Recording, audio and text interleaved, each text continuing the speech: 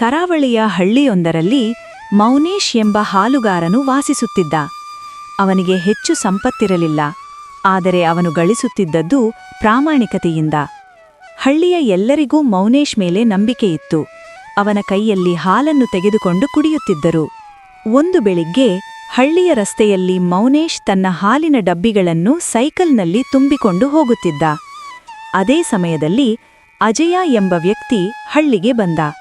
ಅಜಯ ನಗರದವನು, ಬುದ್ಧಿವಂತ, ಆದರೆ ಹಣದ ಹವಣೆಯಿಂದ ಕುರುಡಾದವನು. ಅಜಯ ತನ್ನಲ್ಲೇ, ಹಳ್ಳಿಯಲ್ಲಿ ಏನಿದ್ದರೂ ಹಣ ಮಾಡೋ ದಾರಿ ಇರಬೇಕು. ಹತ್ತಿರದ ಒಂದು ಚಹಾ ಅಂಗಡಿಯಲ್ಲಿ ಅಜಯಗೆ ಮೌನೇಶ್ ಕಾಣಿಸಿದ. ಓ ಮೌನೇಶನ್ನ, ನೀನು ಹಾಲ್ ಮಾರ್ತೀಯಂತೆ, ಎಷ್ಟು ಲಾಭ ಬರುತ್ತೆ? ಅಣ್ಣ, ಲಾಭ ಕಡಿಮೆ ಸರಿ, ಆದರೆ ಕೆಲಸ ಪ್ರಾಮಾಣಿಕವಾಗಿರೋದು ಮುಖ್ಯ. ಅಯ್ಯೋ, ಇಷ್ಟು ಸರಳವಾಗಿರೋದು ಯಾಕ್ರಿ? ಸ್ವಲ್ಪ ದಂಡು ತಲೆಗೆ ಹಾಕಿದ್ರೆ ಜಾಸ್ತಿ ಹಣ ಬರುವುದು ಗೊತ್ತಿಲ್ಲವೇ? ಹಾಲಲ್ಲಿ ನೀರ್ ಮಿಶ್ರಿಸ್ಕೊಂಡು ಮಾರೋದು ನಂಗೆ ಗೊತ್ತಿದೆ, ಆದರೆ ಅದು ತಪ್ಪುಣ್ಣ. ನಂಬಿಕೆ ಕಳ್ಕೊಳ್ಳೋದು ನಂಗೆ ಬೇಡ. ಅಜಯ ಒಳಗೆ ನಕ್ಕ. ಮೊದಲ ಯೋಜನೆ. ಅಜಯ ಮೌನೇಶ್ ಬಳಿಗೆ ಸಂಜೆ ವೇಳೆಗೆ ಬಂದು ಕುಳಿತ. ಮೌನೇಶ್, ನಿನ್ನ ಹಾಲಿಗೆ ನಾನು ದಿನಕ್ಕೆ ಹೆಚ್ಚು ಬೆಲೆ ಕೊಡುತ್ತೇನೆ, ಆದ್ರೆ ಒಂದು ಒಪ್ಪಂದ. ಯಾವ ಒಪ್ಪಂದ ಅಣ್ಣ? ನಿನ್ನ ಹಾಲಿನಲ್ಲಿ ಸ್ವಲ್ಪ ನೀರು ಹಾಕು, ಹೊರಗಡೆ ಕಳುಹಿಸಲು ನಾನು ನೋಡಿಕೊಳ್ಳುತ್ತೇನೆ. ನಿನಗೂ ಲಾಭ, ನನಗೂ ಲಾಭ. ಮೌನೇಶ್ ಕೋಪಗೊಂಡು, ಇಲ್ಲ ಅಣ್ಣ, ನಾನ್ ಹಾಗೆ ಮಾಡೋನಲ್ಲ. ದಿನಕ್ಕೆ ₹1 ಲಾಭ ಬಂದ್ರೂ ಸರಿ, ತಪ್ಪು ಮಾಡಲ್ಲ. ಅಜಯ ಮುಖದಲ್ಲಿ ನಗೆ ಮರೆಚ್ಚಿ, ಸರಿ ಸರಿ, ಆದ್ರೆ ನೀನು ಹೀಗೆ ಸುಮ್ಮನೆ ಕೂತು ಬಡವನಾಗಿದ್ರೆ ನಾನೇನು ಮಾಡೋದು? ಆ ದಿನದಿಂದ ಅಜಯ ಮೌನೇಶನ್ನು ಬೇರೆ ದೃಷ್ಟಿಯಿಂದ ನೋಡಲು ಆರಂಭಿಸಿದ.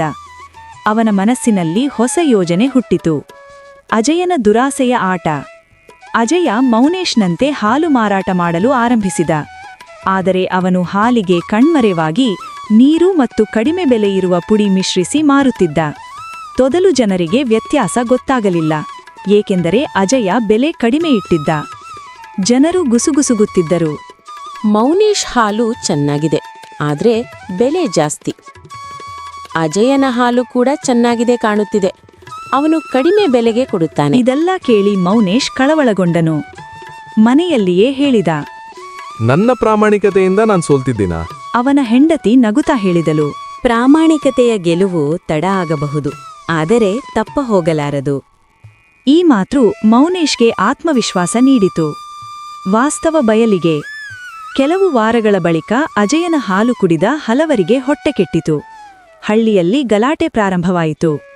ಗ್ರಾಮ ಪಂಚಾಯತ್ ಮಿನಿ ಸಭೆಯಲ್ಲಿ ಪಂಚಾಯತ್ ಸದಸ್ಯ, ಅಜಯ, ನಿನ್ನ ಹಾಲು ಕುಡಿದವರು ಅಸ್ವಸ್ಥರಾಗಿದ್ದಾರೆ, ಏನ್ ಮಾಡ್ತೀಯಾ?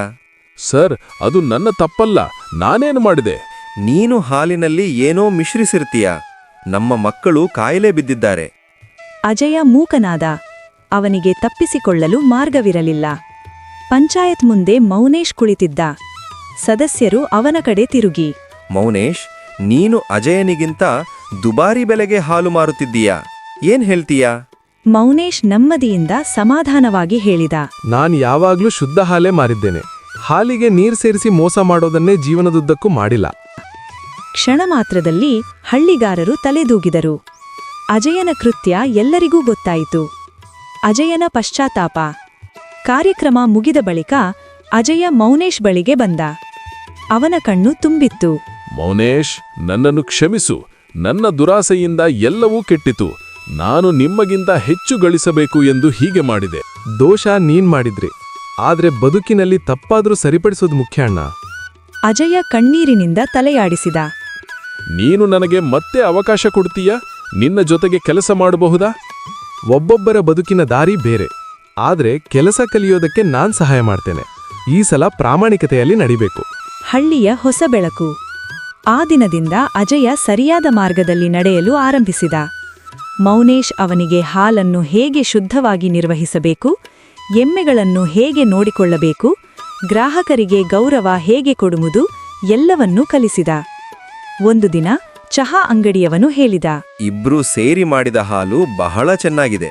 ಅಜಯ ಕೂಡ ಬದಲಾಗಿದ್ದಾನೆ. ಒಂದು ಸಂಜೆ ಮಳೆಬಿಲ್ಲಿನ ನಂತರ ಮೌನೇಶ್ ಮತ್ತು ಅಜಯ ಬಡಾವಣೆಯ ರಸ್ತೆಯಲ್ಲಿ ಕುಳಿತು ಮಾತನಾಡುತ್ತಿದ್ದರು. ಮೌನೇಶ್, ಒಂದೇ ಪ್ರಶ್ನೆ, ನೀನು ನನಗೆ ಯಾಕೆ ಸಹಾಯ ಮಾಡಿದೆ? ಅಣ್ಣ, ತಪ್ಪು ಮಾಡಿದವನು ಶತ್ರು ಅಲ್ಲ, ತಪ್ಪು ಮುಂದುವರಿಸಿದವನು ಮಾತ್ರ ಶತ್ರು.